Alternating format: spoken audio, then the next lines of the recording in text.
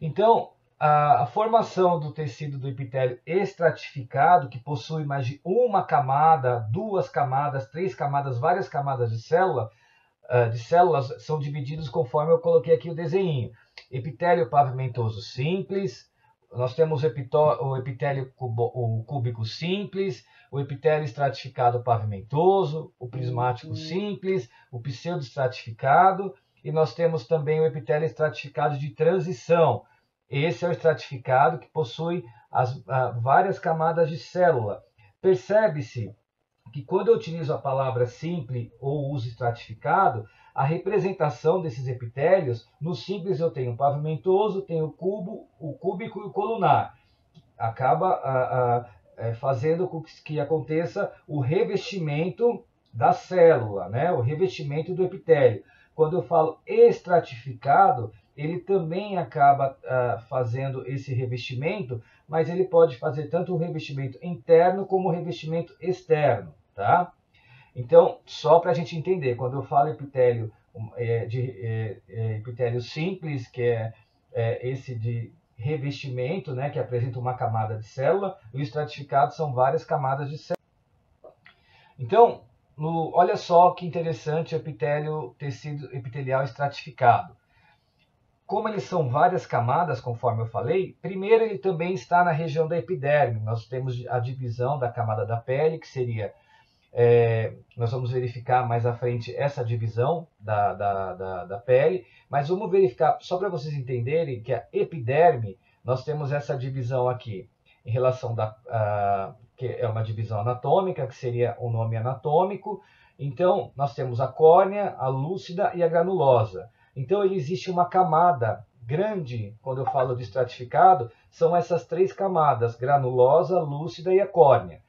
Na região aqui na lateral, do lado esquerdo, a língua também ela é estratificada. Ó, conforme tem um triângulo aqui um pouco mais acima, ele também possui várias camadas.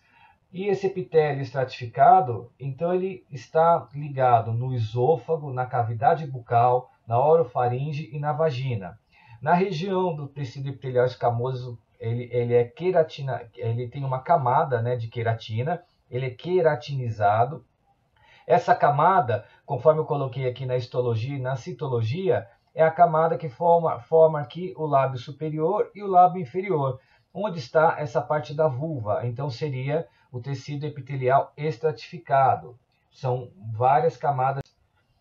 Nós temos o tecido epitelial cúbico estratificado, que ele vai formar a camada da região dos nossos olhos ali, bem a região da córnea, que é a conjuntiva palpebral. E essa conjuntiva, ela seria a divisão, conforme está o desenho acima, né? É toda a parte da conjuntiva. E essa conjuntiva é dividida as camadas aqui, conforme eu falei, que são as células ganglionares. Nós temos a camada nuclear interna, a externa. São importantes saber e pode perceber como essas camadas são bem juntinhas, né? Uma do lado da outra. São várias camadas de células. Nós temos o tecido epitelial estratificado, que pode-se utilizar o nome colunar, prismático ou cilíndrico. Ele acontece o revestimento interno dos ductos excretores das glândulas salivares. Olha, pode perceber que eu coloquei um desenho aqui dessa menininha, que são as glândulas sublinguais, submandibulares, né? Então, essas glândulas aqui é onde está revestida o prismático e o cilindro do epitélio simples, do epitélio estratificado prismático. São várias camadas de células. Nós temos também o tecido epitelial estratificado, que ele vai ajudar no revestimento interno da bexiga e das vias urinárias. Conforme tem esse número 10 aqui, é aqui que fica a bexiga. Então, são várias camadas em relação ao tecido epitelial estratificado, para que venha ter várias camadas. Nós temos agora o pseudoestratificado. Ele possui só uma camada, mas ele aparenta maior qualidade. Um exemplo que ele tem um revestimento da nossa traqueia.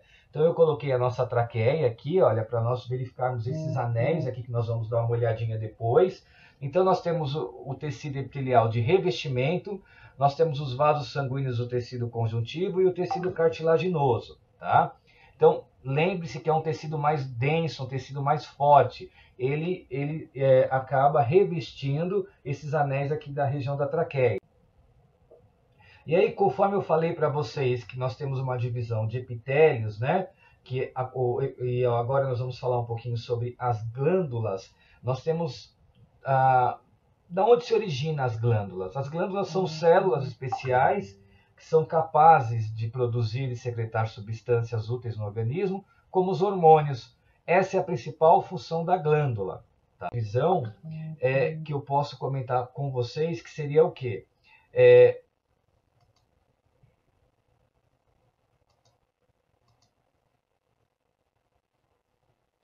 Então seria, agora falando um pouquinho sobre essa glândula exócrina, né, que seria essa secreção do leite, né, nós temos aqui os ductos e das glândulas em relação ao peitoral, tá ok?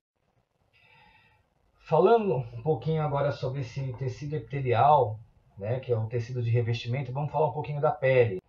A pele, ela não é um tecido, mas é um órgão constituído por tecido epitelial e pelo tecido conjuntivo. Ela recobre toda a superfície corporal e tem outras utilidades, a função de proteção física e contra a desidratação de um organismo. É formada por 3 camadas, nós temos a epiderme de origem ectodérmica e a pele, que é a derme de origem mesodérmica. Conforme eu falei na divisão, lá no comecinho, a origem do desenvolvimento sendo ectoderma e mesoderma, que é o desenvolvimento dos tecidos. Nós temos o tipo de epitélio estratificado pavimentoso queratinizado, que é uma camada de pele, né, que é uma queratina através da nossa pele.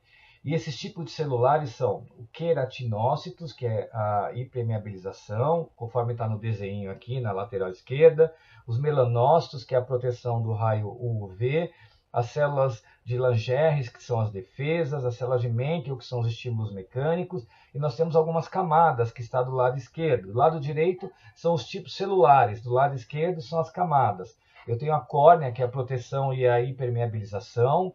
Eu tenho a camada granulosa rica em grânulos de queratina espinhosa e a base germinativa, que é o suporte à regeneração da célula. A camada da derme, né? Então a pele ela tem 3 camadas. Tem a camada da epiderme, a derme e a hipoderme. Na camada da derme, ela tem uma quantidade de tecido conjuntivo que vai sustentar a epiderme. É a camada mais interna da pele. Nós temos as papilas dérmicas que vão aumentar a área de contato com a epiderme. E nessas camadas eu tenho a camada papilar, que é a comunicação com a epiderme, e a reticular, que é a hipoderme, que é a última camada, conforme nós estamos verificando que a primeira camada é a hipoderme, a segunda a epiderme, a do meio é a derme e a terceira camada é a hipoderme. A hipoderme, ou tecido celular subcutâneo, é uma camada de tecido conjuntivo frouxo, é localizada abaixo da derme e a camada mais profunda da pele, unindo de maneira pouco firme aos órgãos adjacentes, a depender do estado nutricional e da região do corpo. A hipoderme pode conter uma quantidade variável de tecido adiposo. Então, esse tecido epitelial ele é agregado às células que vai revestir toda a parte da superfície do corpo interna e externa dos órgãos, conforme eu estou colocando aqui uma figura, que é o tecido epitelial. Ele é de proteção, secreção, ele filtra, ele troca substância, ele protege, ele absorve, trocas gasosas, movimento e sensação de todos esses órgãos que está escrito aqui ao nome. Seria intestino, pulmão, traqueia, narina, esôfago, estômago, rins. A função dos tecidos, né, nós temos agora a função do tecido epitelial. E essa função do tecido epitelial, nós temos então, voltando a falar, que nós temos diferentes funções em relação às nossas células e os formatos, né? Ó, nós temos a célula pavimentosa, que ela é um pouquinho mais achatada, nós temos a cuboide, que ela é em formato de um cubo, e a célula cilíndrica, prismática ou célula colunar. Nós vamos depois verificar isso também em relação aos outros tecidos.